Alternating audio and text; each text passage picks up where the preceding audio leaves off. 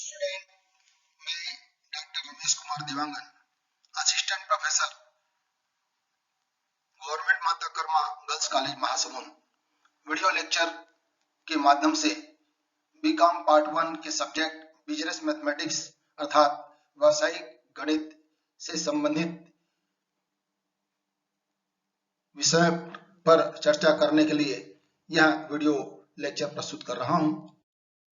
Business mathematics अर्थात व्यावसायिक गणित विषय के इकाई 3 अर्थात यूनिट 3 में 2 चैप्टर हैं। पहला चैप्टर है साधारण ब्याज का और दूसरा चक्रवृद्धि ब्याज का। तो सबसे पहले हम शुरू करते हैं साधारण ब्याज टॉपिक को।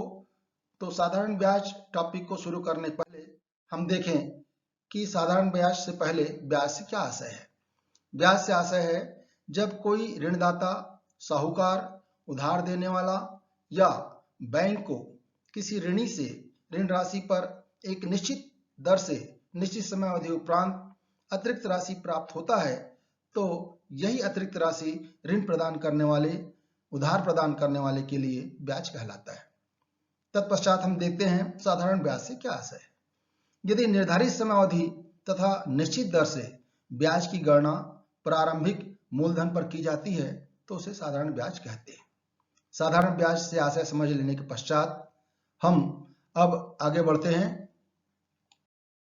साधारण ब्याज चैप्टर के अंतर्गत विभिन्न प्रकार के जो प्रश्न होते हैं उन प्रश्नों में ज्ञात करने संबंधी जो निर्देश होते हैं उन निर्देशों के अनुरूप जब हमको प्रश्न को सॉल्व करना होता है तो ये मूल रूप से 4 प्रकार के सूत्र हैं जिसके माध्यम से हम साधारण ब्याज चैप्टर के अंतर्गत दिए गए प्रश्नों को हल कर सकते हैं। तो आइए पहले हम इन सूत्रों की चर्चा कर लें, फिर न्यूमेरिकल प्रश्न की तरफ चलेंगे। सबसे पहला है ब्याज की गणना।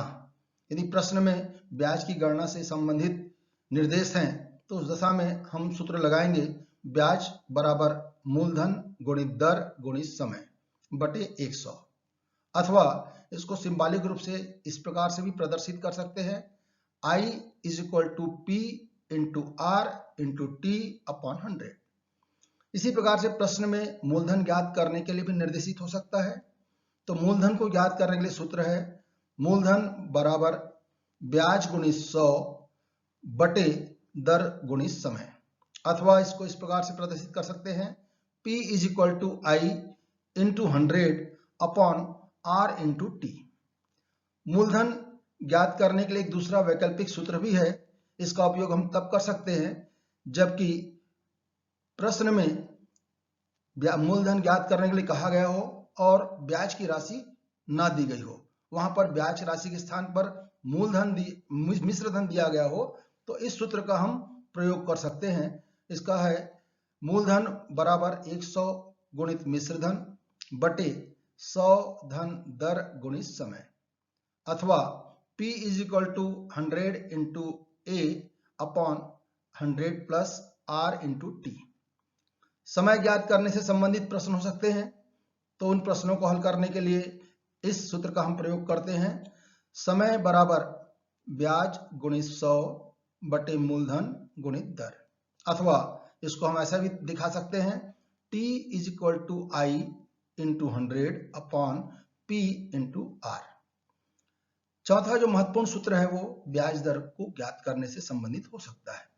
तो ब्याज दर को ज्ञात करने के लिए सूत्र हम लगाएंगे दर बराबर ब्याज गुणित 100 बटे मूलधन गुणित समय, अथवा R is equal to I into 100 upon P into T। तो स्टूडेंट्स, आप लोगों ने ये 4 प्रकार के सूत्र हैं, इनको ध्यान रखना है। साधारण ब्याज के अंतर्गत जो प्रश्न दिए जाएंगे उन प्रश्नों को हल करने के क्रम में कौन से सूत्र उस प्रश्न के अनुरूप वहां पर प्रयुक्त करना है, ये प्रश्न को देख करके आपको निर्धारित करना होगा। हम एक और महत्वपूर्ण बात इन सूत्रों के संबंध में करना चाहेंगे।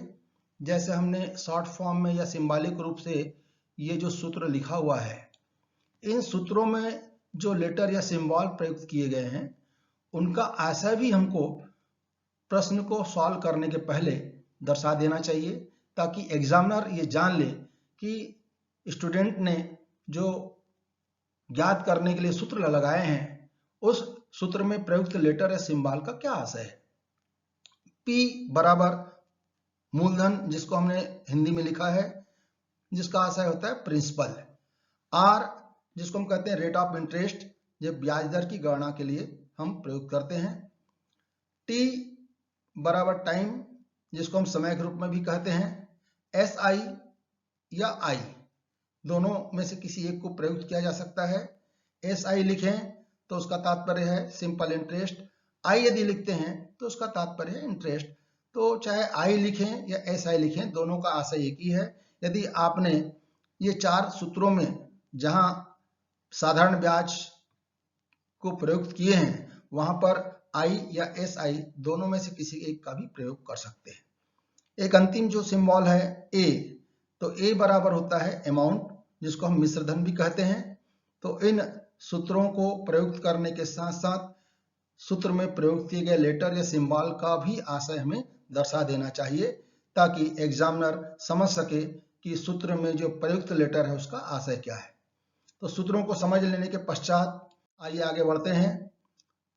साधारण ब्याज चैप्टर के अंतर्गत विभिन्न प्रकार के प्रश्न होते हैं। अध्ययन की सुविधा के दृष्टिकोण से हम उसको मूल रूप से 5 भागों में बांट लिए हैं। पहला जो है साधारण ब्याज ज्ञात करना। प्रश्न में यदि साधारण ब्याज ज्ञात करने के लिए कहा जाता है तो उससे संबंधित सूत्र का विवेचन हमने पूर्व में किया है, टू फाइंड सिंपल इंटरेस्ट। इसी प्रकार से प्रश्न में मूलधन भी ज्ञात करने के लिए निर्देशित हो सकता है, फाइंड प्रिंसिपल। इसी प्रकार से प्रश्न में ब्याज दर को ज्ञात करने से संबंधित निर्देश हो सकते हैं, to find rate of interest. समय ज्ञात करने से संबंधित भी निर्देश प्रश्न में हो सकते हैं, टू फाइंड टाइम। और मिश्रधन ज्ञात करने से संबंधित निर्देश भी प्रश्न में हो सकते हैं, टू फाइंड अमाउंट। तो प्रश्न का स्वरूप देख करके हम जान सकते हैं कि प्रश्न में क्या ज्ञात करने के लिए, क्या चीज कैलकुलेट करने के लिए निर्देशित है। उसके आधार पर हम जो उपरोक्त सूत्र 4 प्रकार के विवेचन किए हैं उनका प्रयोग करके प्रश्न का उत्तर ज्ञात कर सकते हैं। तो आइए हम चलते हैं साधारण ब्याज ज्ञात करने से संबंधित प्रश्न को हल करने के लिए। सबसे पहले बहुत ही सरल प्रश्न हम लेते हैं, धीरे धीरे कठिन प्रश्नों की ओर हम बढ़ेंगे। तो सबसे पहला प्रश्न है, 6% ब्याज की दर से 10,000 रुपये का 3 वर्ष का ब्याज ज्ञात करो। Find the interest on ₹10,000 at an annual rate of 6% for 3 year.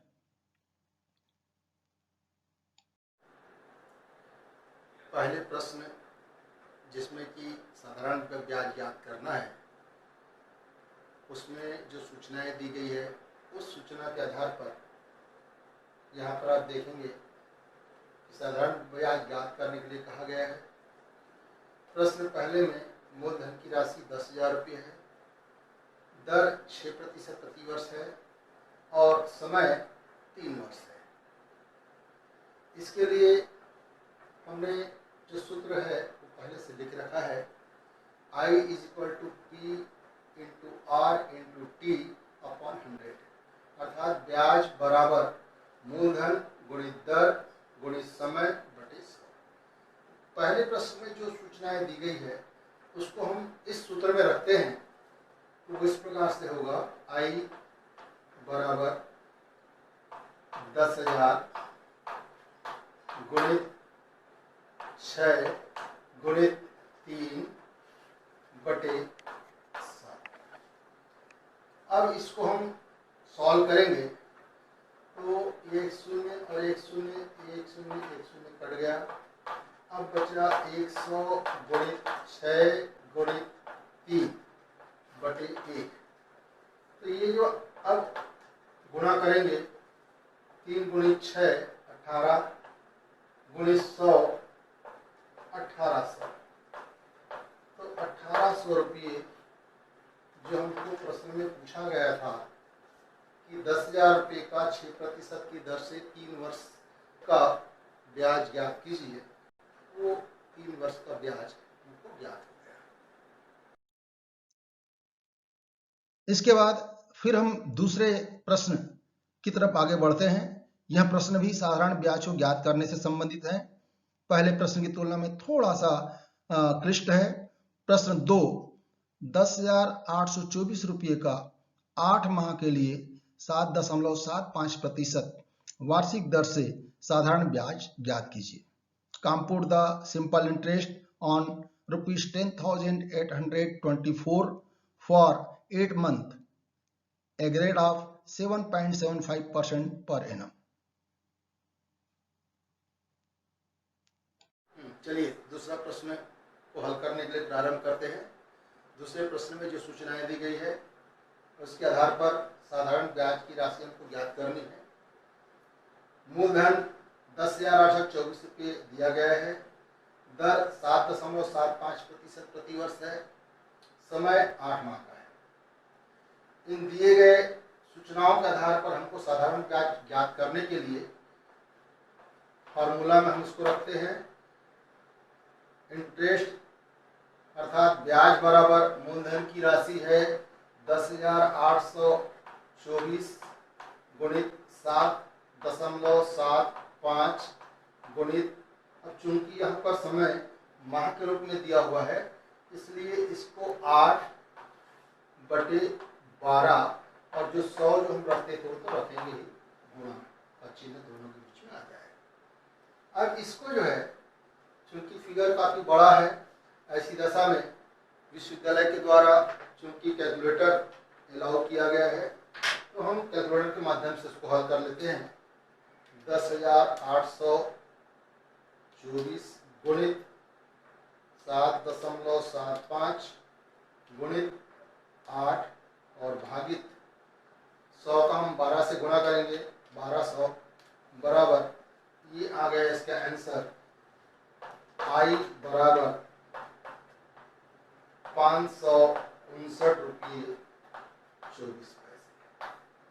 तो प्रश्न में जो पूछा गया था साधारण ब्याज ज्ञात करना है 8 माह का, तो इस दूसरे प्रश्न की जो मुख्य बात थी वही थी कि यदि समय वर्ष के रूप में दिया है तब तो इस प्रकार से 12 जो महीनों की संख्या उसको लगाने की जरूरत नहीं है, लेकिन यदि समय माह के आधार पर पूछा गया है तो वहां पर हमको महीने के वर्ष के जो कुल माह हैं उसको यहाँ पर लगाना पड़ेगा।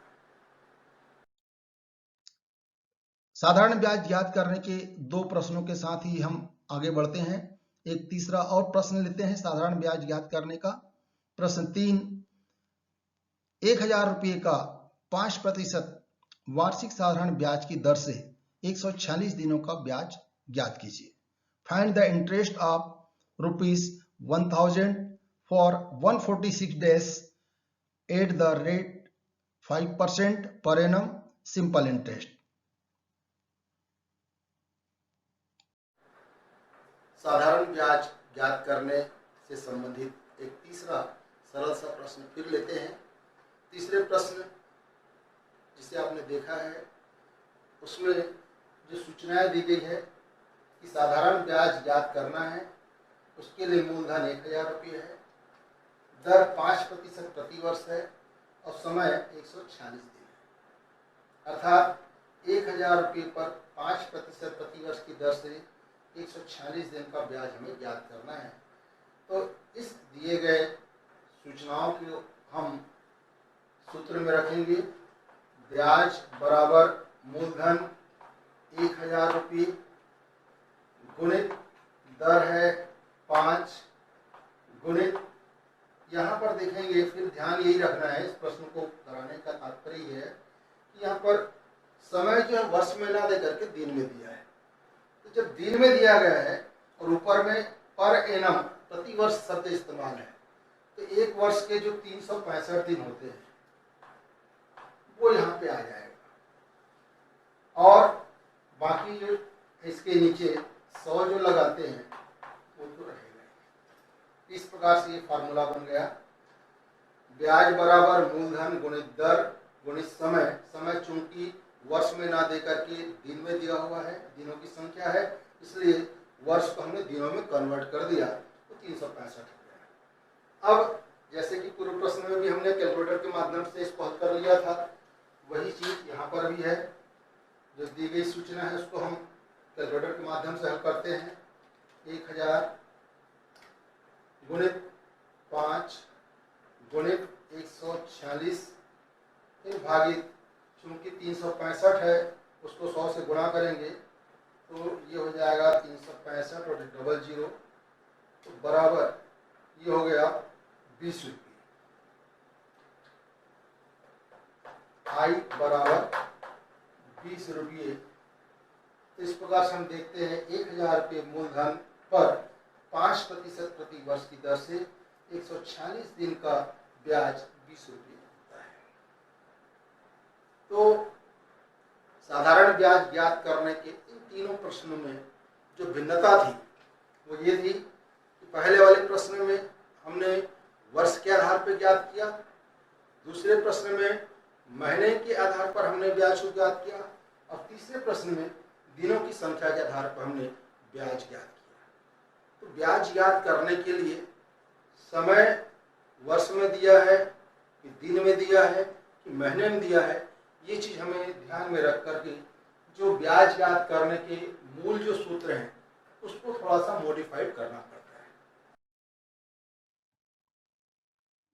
अभी हमने साधारण ब्याज ज्ञात करने से संबंधित अलग अलग तरह से 3 प्रश्नों को हल किए हैं।